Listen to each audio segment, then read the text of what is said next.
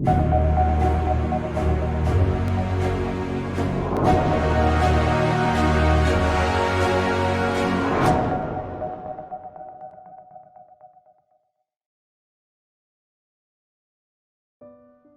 Sobat Jasir seluruh Indonesia, saya Zahra Albaido, balik lagi di program Tanya Tokoh.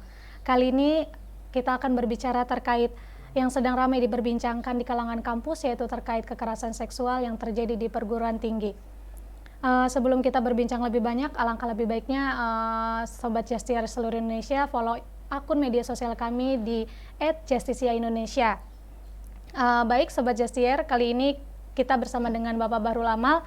Bapak Bahrul Amal adalah dosen di Universitas Nahdlatul Ulama Jakarta. Beliau juga salah satu dosen yang mengamati terkait kekerasan seksual yang terjadi di ranah kampus. Baik, sudah terhubung dengan Pak Amal? Sudah, Siap, Pak? sudah terhubung. Siap, baik. Gimana nih kabarnya Pak Amal? Alhamdulillah selalu sehat dan bahagia. Apalagi sore Alhamdulillah. ini bisa bertemu dengan seseorang yang baru bergabung di dalam perkuliahan, artinya masih semester baru tapi sudah punya kemampuan dan kecerdasan yang luar biasa. Ya, Zahra inilah orang. Sukses selalu Amin, dan Pak, semangat amin. dalam kuliah. Siap, terima kasih Pak Amal. Gimana nih Pak kesibukan akhir-akhir ini? Lagi ada kesibukan apa nih Pak? Kalau akhir-akhir ini kesibukan ya ngajar, karena memang tanggung jawab sebagai seorang dosen yang melakukan kegiatan pembelajaran. Di Iya. samping Tridharma perguruan tinggi itu sebenarnya ada pendidikan, penelitian, dan pengabdian. Yang kedua mungkin seringkali beberapa instansi ataupun juga organisasi dan komunitas mengundang untuk berdiskusi dan belajar bersama dalam satu acara, ya kadangkala bisa disebut seminar, kadangkala bisa disebut saresehan, ataupun diskusi publik. Di samping itu, ya sekarang kan karena ada tanggung jawab lain sebagai editor di jurnal, sedang membaca beberapa naskah-naskah yang telah dikirimkan ke jurnal. Ya, terusnya umum-umum aja sih kesibukannya, kayak sholat 5 waktu, ya kan, terus Iya, sholat iya Pak. sunnah, dan kemudian tahlilan, Tahlilan. yasinan. Kalau yang lebih inti lagi ya makan sama minum. Iya, itu semua orang pasti ada Supaya kesibukan itu ya bisa Pak. melaksanakan segala macam kegiatan harus sehat dulu. Iya, Itulah. baik. Betul, betul Pak. Oke nih Pak, Gimana? gimana? Iya, gimana Zada? Iya, Zahra ya? Zahro Pak. Iya, Panggilannya Zahro ya. Zahro iya. Eh, Zahro. ini Pak, kan sekarang masih masa-masa pandemi nih Pak ya. Seluruh pembelajaran di kampus kan masih melalui media online gitu. Nah, menurut Pak Amal sendiri ini pembelajaran melalui online ini efektif atau tidak sih Pak? Kita harus melihat fenomena demikian dengan dengan cara yang menyeluruh ya. Maksudnya nggak bisa secara subjektif saja, karena keadaan-keadaan yang terjadi hari ini juga bukan keadaan yang semuanya inginkan. Iya. Orang maunya menginginkan keadaan yang ideal, seperti pembelajaran, ya idealnya baik di dalam metode pendidikan yang umum maupun pendidikan yang agama itu kan idealnya ketemu. Iya, betul Pak. Kalau kita ingat bagaimana cerita ketika di majelis Rasulullah tiba-tiba kedatangan seseorang, yang seseorang itu berbaju putih bersih, lalu rambutnya mengkilat dan wangi harum badannya, itu tiba-tiba mendatangi Rasulullah dan duduk yang lututnya hampir hampir nempel. Iya. Yang kemudian ditanyakan persoalan iman, Islam, dan ihsan. Dan ketika orang tersebut pergi, Rasulullah mengatakan bahwa dialah Jibril sedang mengajarkan kamu tentang bagaimana etika seorang pelajar. Ya, etikanya orang belajar itu datang kepada gurunya. Selain daripada datang, dia harus hadir dengan rapi. Oh, nggak boleh acak-acakan, pakai celana jeans robek, aduh, atau juga pakai kaos, aduh, harus bersih, rapi, wangi. Nah, yang ketiga dia harus membawa pengetahuan. Jadi nggak asal mantuk-mantuk aja, tapi dia tahu apa yang dijelaskan oleh gurunya. Nah, sedangkan pada hari ini metode yang demikian kan tidak dilangsungkan. Betul, Nah, Pak. cuma tidak dilangsungkannya keadaan ini bukan juga berarti tidak efektif. Di satu sisi efektif kalau semuanya telah bersepakat dan telah memahami tentang perangkat teknologi itu dengan baik. Nah, cuma itu aja kekurangannya, karena pada hari ini jaringan kita, terutama internet ya, karena kita butuh internet, itu belum menyeluruh seluruh nasional. Iya, Sedangkan betul. mahasiswa, contohnya aja kita di Indonesia, mahasiswa saya itu berasal dari hampir seluruh wilayah di Indonesia. Bagaimana efektifnya kalau ternyata jaringan antara satu kota dan kota lainnya itu tidak sama? Tentunya ada satu yang bisa jelas, ada satu yang dia kedengeran, cuma kadangkala putus-putus. Iya, sinyalnya ya, Pak ya. Ada juga yang kadangkala bahkan nggak bisa ikut kelas online sama sekali karena mereka nggak ada internet. Mhm. Nah, tapi itulah kita sebagai seorang yang memang harus bisa beradaptasi dengan keadaan, yang mau tidak mau kita tetap melaksanakan itu secara profesional. Nah, Iya. cuma kalau pertanyaannya efektif atau tidak, ada dua tadi jawabannya, ya nggak? Iya, betul, Kalau Pak. secara keilmuan, secara metode pembelajaran tentu tidak sesuai dengan harapan proses belajar mengajar, utamanya yang seperti dicontohkan oleh Rasulullah. Yang kedua, ya kalau tidak merata jaringannya juga tidak akan memunculkan satu model pembelajaran yang setara. Artinya ada satu orang yang mendapat informasi secara jelas, ada satu orang yang mendapat informasi sepotong-sepotong, ada bahkan yang tidak mendapat informasi sama sekali. Ya, Iya. tinggal kesimpulannya, tadi jawaban saya efektif atau tidak tinggal simpulkan sendiri aja. Baik, Pak Amal. Eh, ini Pak, menurut Pak Amal sendiri gitu kan, kayak sekarang kan lagi ramai nih kekerasan seksual yang terjadi di kampus. Menurut Pak Amal, pandangan mengenai kekerasan yang terjadi di kampus ini seperti apa sih, Pak? Oke, kalau kita merujuk pada data, memang secara data itu kekerasan seksual di lingkungan kampus itu cukup menjadi sorotan lah, sederhananya begitu. Meskipun jumlahnya kalau diukur pada persoalan pidana yang umum ya masih besar pidana yang umum. Tapi karena ini di lingkungan kampus, persoalan mengenai kekerasan seksual, nanti saya kasih baca datanya itu dari Komnas Perempuan. Iya. Komisi Nasional Anti Kekerasan Perempuan itu mencatat ada totalnya 27% di perguruan tinggi dari jumlah 51 kasus yang pernah dilaporkan kepada Komnas Anti Perempuan, dan itu rentan waktunya dari tahun 2015 sampai Agustus 2020. Nah, kalau dilihat dari tren jumlah peningkatannya itu kan cukup tinggi. Iya, Nah, betul, Pak. cuma kalau kita orang hukum dalam menilai satu persoalan, sesuatunya itu baru menjadi prejudice ketika belum diputuskan secara aturan hukum yang berlaku. Maksudnya itu belum menjadi keputusan hakim. Jadi kalau sifatnya prejudice itu bisa benar, bisa juga salah. Tapi melihat fakta data yang demikian, artinya perlu ada upaya untuk mengantisipasi kemungkinan seandainya itu benar. Berarti kita harus mencegah. Karena tadi di dalam proses pendidikan itu tidak hanya siswa itu diharapkan memperoleh informasi pengetahuan yang komprehensif, tetapi juga dia diberikan ketenangan dalam memperoleh informasi itu. Ketenangannya dari sisi apa?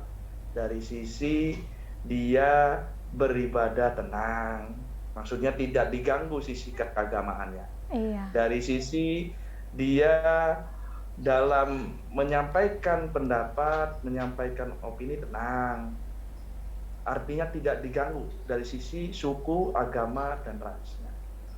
Dari sisi secara fisik yang mengganggu kemungkinan batinnya, ya artinya dia tenang dari kemungkinan dibully, kemungkinan juga diperlakukan secara tidak pantas, karena itu akan mempengaruhi pendidikan siswa, begitu pula mempengaruhi dosennya.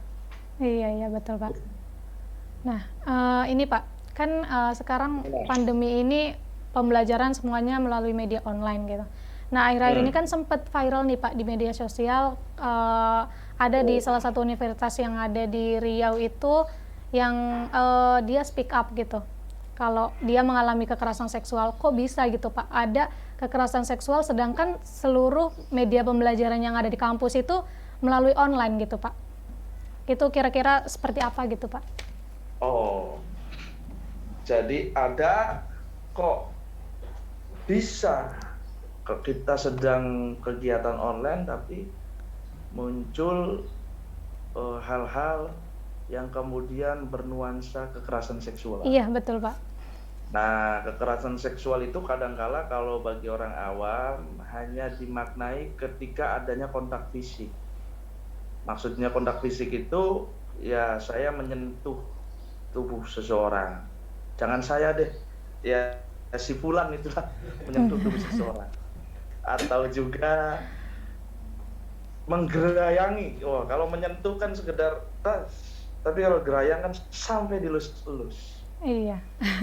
Nah, kadangkala yang disebut kekerasan seksual itu, bahkan kalau yang ekstrim sampai menarik bajunya hingga robek, membuka celananya dan lain-lain.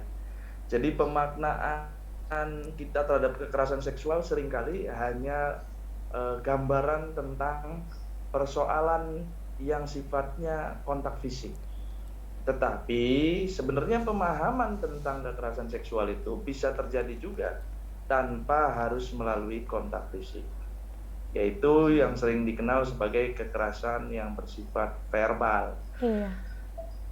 Gitu, bisa jadi dalam kuliah-kuliah online juga mungkin. Misalkan, mohon maaf ya, ini sih mohon maaf. Iya, misalkan Pak. mohon maaf.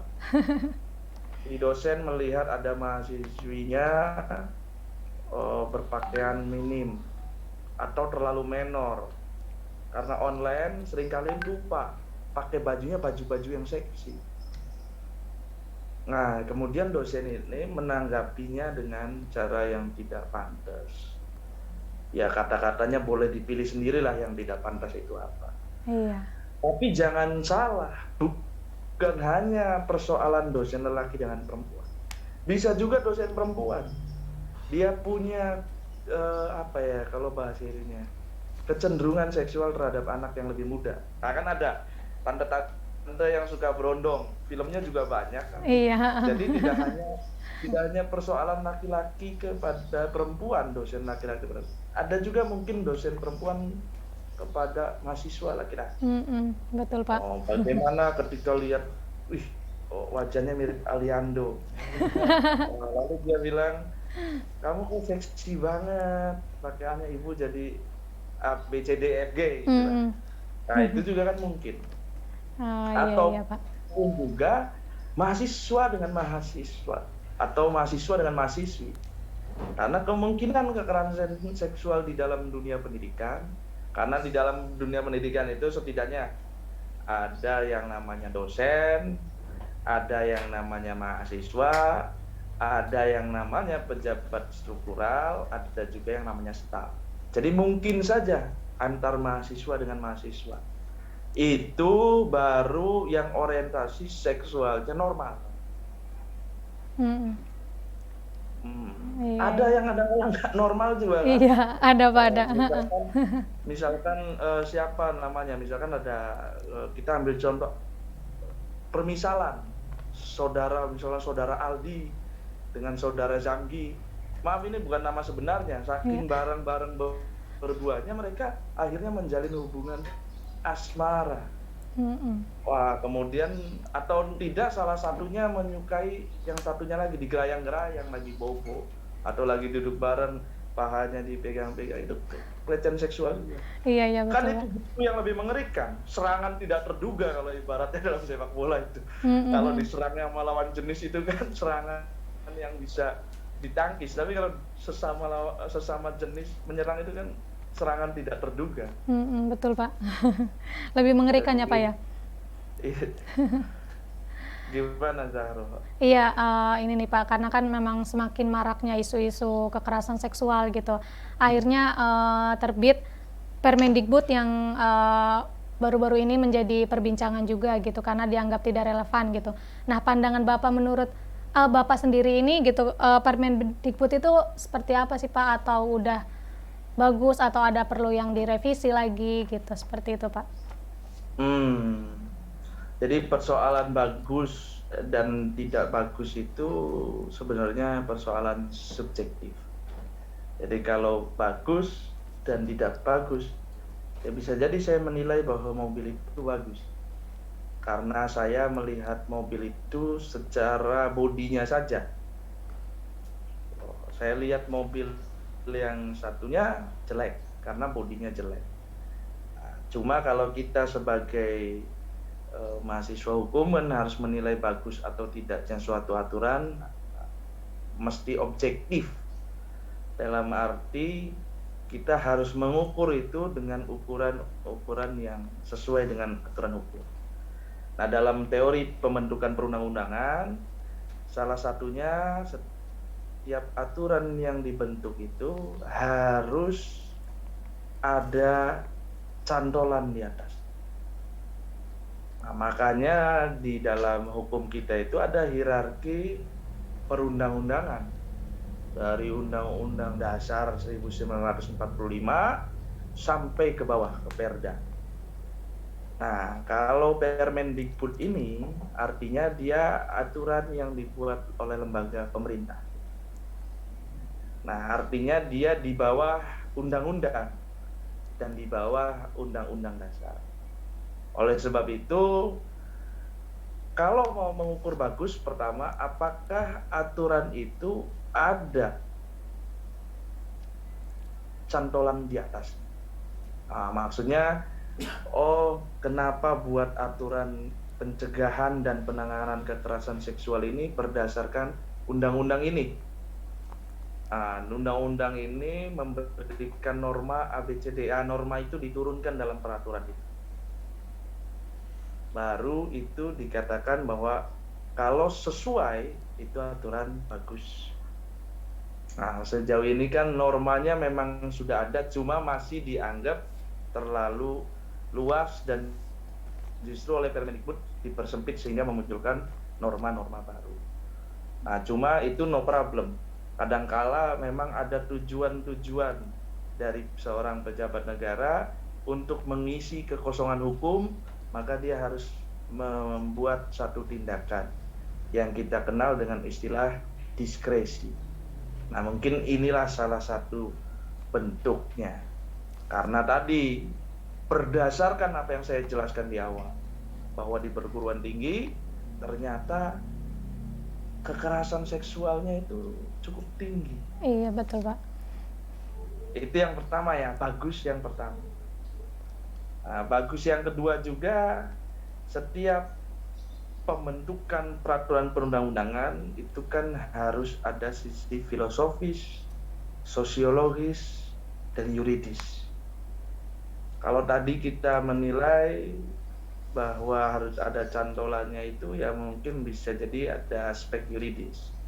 Nah, cuma yang harus kita perhatikan ada aspek filosofis dan sosiologis. Nah, di sisi lain, pendapat tentang Permendikbud ini bagus, karena untuk mencegah kekerasan seksual dan menanganinya secara baik. Tetapi di sisi lain ternyata ada yang beranggapan aturan ini ternyata berpotensi untuk menimbulkan permasalahan baru. Yang permasalahan barunya dianggap tidak sepele. Nah, inilah persoalan bagaimana kemudian aspek sosiologis masyarakat. Nah, kalau ternyata bisa menyelalaskan itu, baru dikatakan aturan itu bagus. Tapi lagi-lagi, kadangkala kalau di masyarakat itu kan pendapatnya persoalan bagus dan tidak bagus itu subjektif. Iya. Kadangkala tidak terukur. Gitu. Coba apalagi Syahro. Iya benar Pak. Jadi tergantung aja gitu ya dilihatnya dari sisi mana gitu ya Pak. Ya. Terus ini Pak, kan memang 77% dosen yang ada di Indonesia ini mengatakan bahwa kekerasan seksual ini pernah terjadi di kampus, tapi 63%-nya ini mereka tidak mau melaporkan kejadiannya. Menurut Bapak ini seberapa urgent sih Pak situasi kekerasan seksual yang ada di ranah kampus ini? Ya, kalau tadi ya berdasarkan data hingga 77%, artinya itu kan sudah melebihi jumlah kalau ibarat 100% itu udah melebihi jumlah setengah. Iya, betul Pak. Udah melebihi jumlah 50 plus 1. Artinya kalau jumlahnya sedemikian banyak, ya tentu itu sangat-sangat urgent, yang sangat-sangat perlu segera dicari formulasinya supaya hal ini tidak terjadi lagi. Itu Zahro. Iya, kalau dari statistik ya urgent berarti kalau jumlahnya sampai 77. Karena urgent itulah kemudian Mas Menteri Pak Nadiem Makarim yang nggak tahu sampai hari ini belum kontak saya itu akhirnya mengeluarkan Permendikbud. Gimana ceritanya? Iya Pak, benar. Nah, berarti ini kan angkanya udah tinggi ya Pak ya, karena memang udah melebihi dari setengah dari 100% itu. Berarti kesimpulannya kampus ini masih belum menjadi tempat yang aman Pak untuk para mahasiswanya ini. Seharusnya kampus ini menjadi tempat yang aman untuk kita belajar, untuk menimba ilmu gitu, tapi karena adanya kasus-kasus seperti ini jadi menimbulkan keresahan gitu bagi para mahasiswanya. Itu menurut Bapak seperti apa Pak? Kalau menurut saya gini, kalau tadi bahasanya kampus bukan menjadi tempat yang aman. Itu kan terlalu stereotip, terlalu memberikan justifikasi. Iya. Karena saya seringkali bolak-balik di kampus dalam waktu yang tidak singkat, hampir 5 tahun. Ya lihat kekerasan seksual dan begitu itu kan cenderung lebih jarang. Banyaknya yang happy-happy, yang melihat mahasiswa gitar-gitaran bareng, belajar bareng, diskusi bareng, kuliah bareng. Kalau sampai nggak aman itu kan kita datang ke situ paha dicolek, kalau kita datang ke situ disiul-siulin dan lain-lain. Jadi ya kita bolehlah mencari argumentasi untuk memperkuat tujuan kita, tapi jangan juga argumentasi untuk memperkuat tujuan kita itu sampai memberikan justifikasi yang terlalu berlebihan. Ada, iya, tapi kalau keberadaan itu sampai kemudian memunculkan stereotip bahwa kampus bukan tempat yang aman, enggak juga bagi saya. Yang tidak aman itu bukan kampusnya, tapi cara bagaimana orang berpikir tentang sesuatu. Kalau kampus itu selamanya netral, tapi kalau kampus itu tidak bisa mengatur cara bagaimana orang berpikir tentang sesuatu, ya kan? Iya, ada yang datang ke situ ya orangnya mesum, memang ada yang datang ke situ orangnya karena ingin membangun kampus, ya ada. Nah, cuma yang begituan tidak bisa kita seragamkan.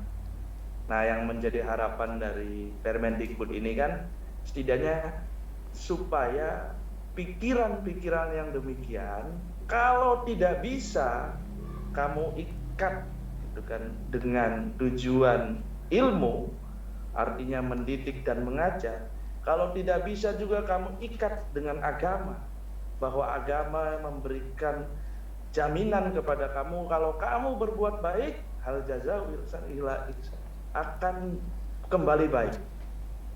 Kalau kamu berbuat buruk akan kembali.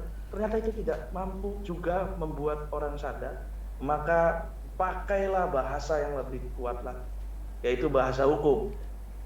Nah, sederhananya itu Permendikbud itu supaya semuanya yang mestinya di lingkungan kampus itu steril, karena tadi pakai Tridharma perguruan tinggi, kode etiknya mempan, pakai agama, sholat 5 waktu tidak mempan juga, diceramain di Jumatan khotbah tidak mempan juga.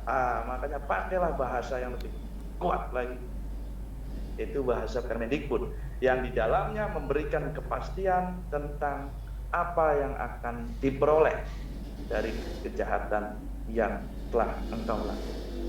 Sederhananya seperti itu. Iya. Baik Pak, ini kan waktunya sudah habis gitu kan. Closing statement dari Pak Amal sendiri, boleh Pak?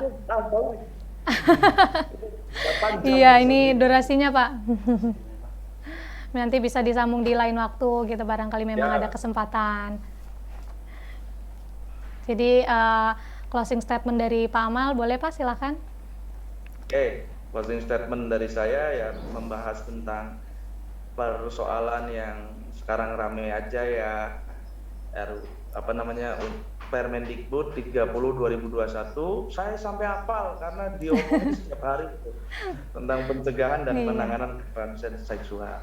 Bagaimanapun harus kita dukung sebagai upaya memberikan rasa aman kepada seluruh masyarakat kampus, tidak hanya pejabat struktural, dosen, mahasiswa, dan staf, tetapi semua yang berada di dalam, kita dukung.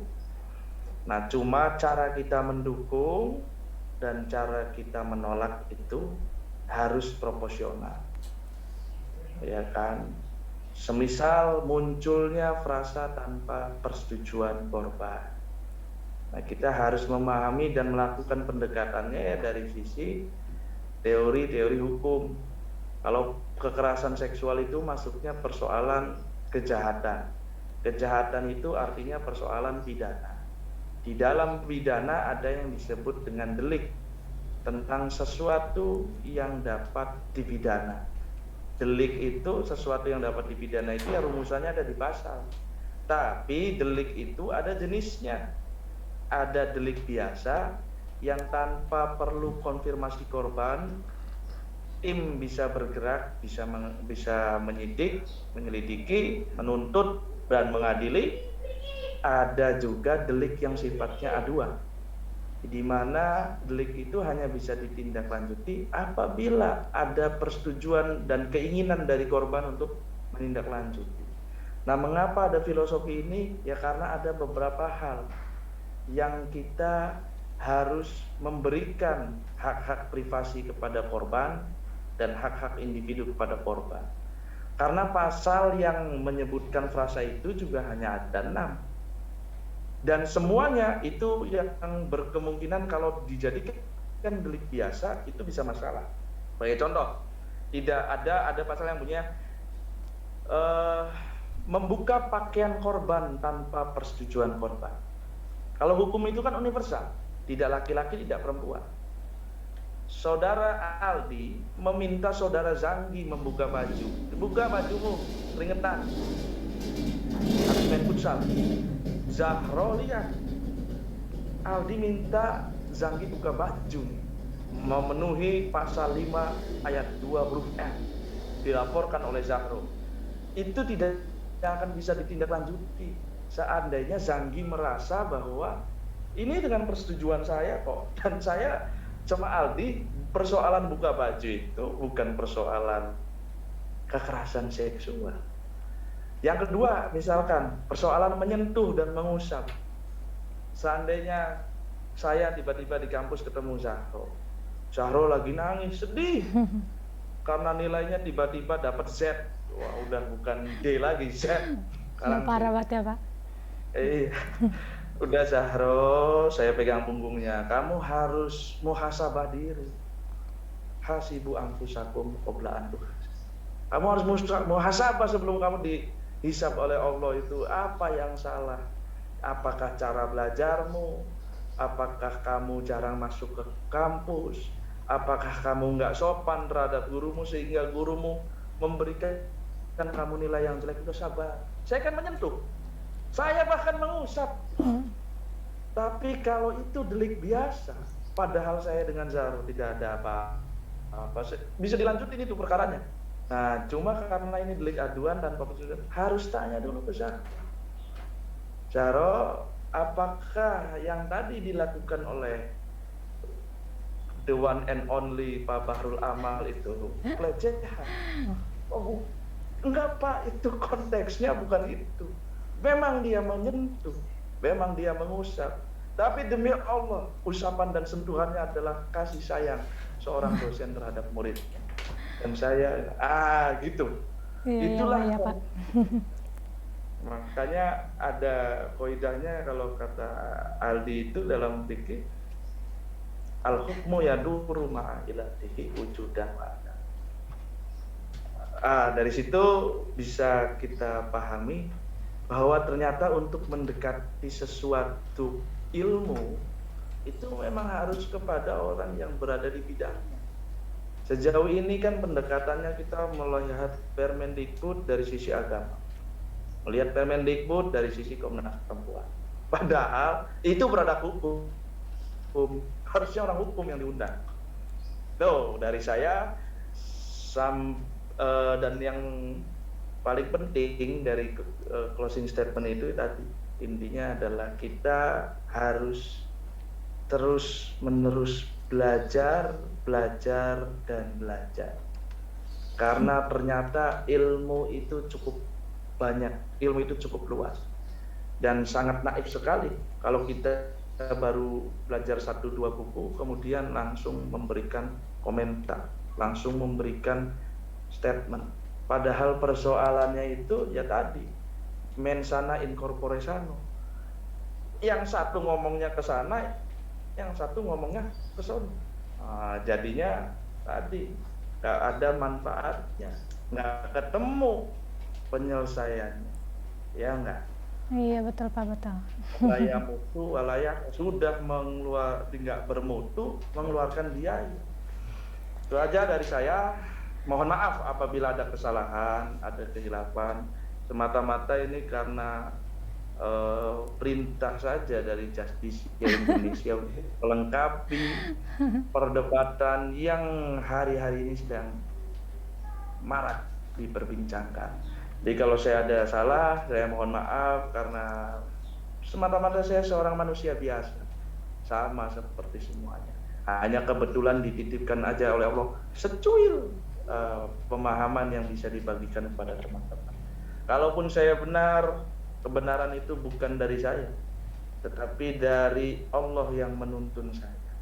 Sekian dari saya. Syukron wa dumtum fil khairi wal barakati wan najah. Wallahul muwafiq ila aqwamit thoriq. Wassalamualaikum warahmatullahi wabarakatuh. Terima kasih Zahro dan seluruh tim Justicia. Ya, waalaikumsalam warahmatullahi wabarakatuh. Terima kasih Pak Amal atas ilmunya hari ini. Closing statement tadi memang seharusnya kita harus banyak belajar gitu mengenai apa yang memang ingin kita pelajari, kritisi, seperti yang memahami tentang Permendikbud itu gitu kan, bahwa memang kita nggak segampang itu mengomentari Permendikbud itu atau mengenai kekerasan seksual itu. Terima kasih ya Pak ya. Di lain waktu bisa ngobrol lagi lebih banyak mengenai ya mengenai semua yang bisa kita bicarakan sama-sama. Terima kasih atas waktu dari Pak Amal. Saya ucapkan terima kasih. Mohon maaf kalau ada kesalahan dari tim kami, tim Justicia. Kami mohon maaf. untuk Sobat Justisier yang ada di seluruh Indonesia, terima kasih juga telah menyaksikan perbincangan kita dengan Bapak Bahrul Amal ini. Semoga bermanfaat apa yang beliau sampaikan. Terima kasih. Salam sehat. Terima kasih. Wassalamualaikum warahmatullahi wabarakatuh.